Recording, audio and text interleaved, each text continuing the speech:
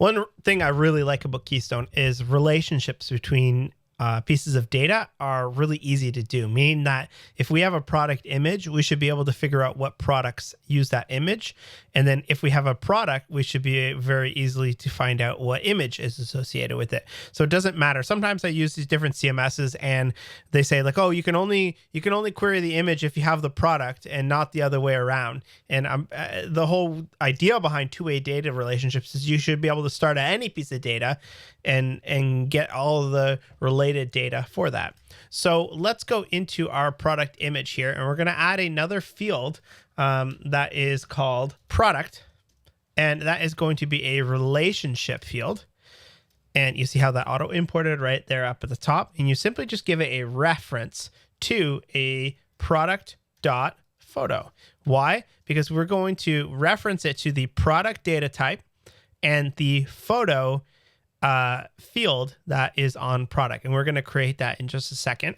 Now let's open up the other side, which is our product data type. And we're going to add another, let's do it right in between description and statuses here. We're going to call it a photo. And that is a relationship. See how it auto imported the relationship field right here.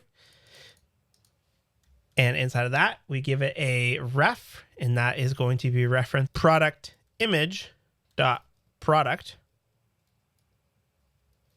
You see how in this one we reference the photo, which is that, and then in this one we reference the dot product, which is this field, right? So we have our reference, and then there's a couple other pieces of data for the UI in order to get it to show up nicely. We want to put the display mode is set to cards, not a select, because you want to display the image in the alt text and not just have a drop down of possible options.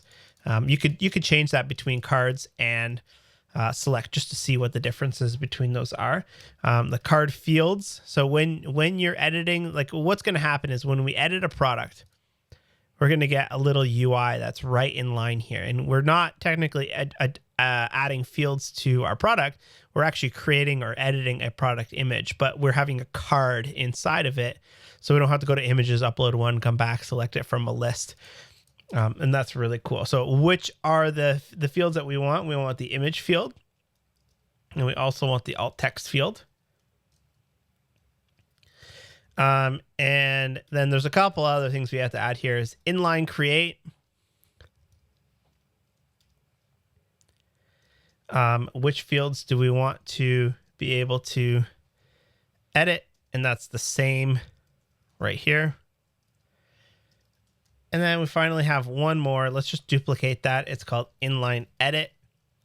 And we should be able to do the image and the alt text. Let's try that. Last time I tried it, the image didn't work, but it might be fixed by now. Let's try it. So kill it, restart that sucker. And I'm just going to refresh this. There we go. Create a product image. See? We can upload something. We'll say Kith hoodie. Sometimes this is duplicated from the name of the product, but that's okay. And we'll go ahead and just click create product image. Okay, so that under the hood is creating a product image, and then we can go ahead and click save changes. And now that product image is now related to it. And I believe if we go to these product images, we should see it.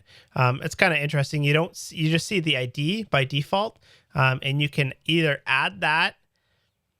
You can add the alt text and, oh no, that's filtering. Here we go. We want to add the source, the alt text, and the product to it. And you can also see information. You can define what these default field values are by going to your product image, and in the fields, or in the UI actually, there is a field called list view.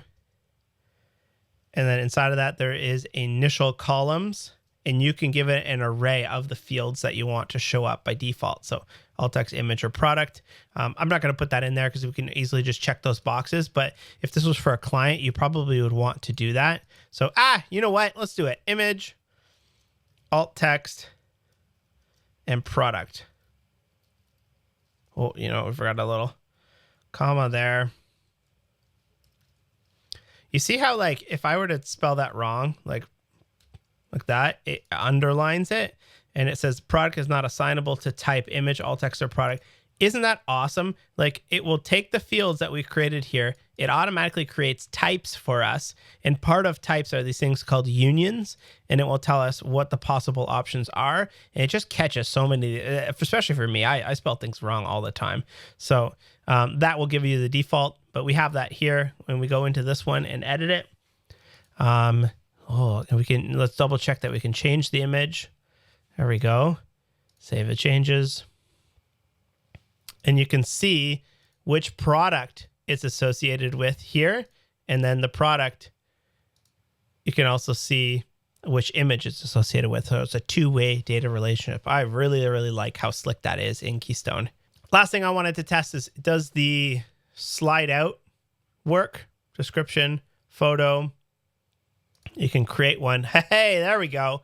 So if you want to be able to create data in this little drawer instead of in the edit thing, you can create it and it will create a second drawer where you can create it and then it will add it to there. That doesn't matter because we're going to be doing this all from the front end, but it's really nice to have a slick UI to edit and all of that stuff. So that is data relationships in Keystone. We've got a bunch more of those coming up because we've got cart items and order items and products, and they all have to be related to each other.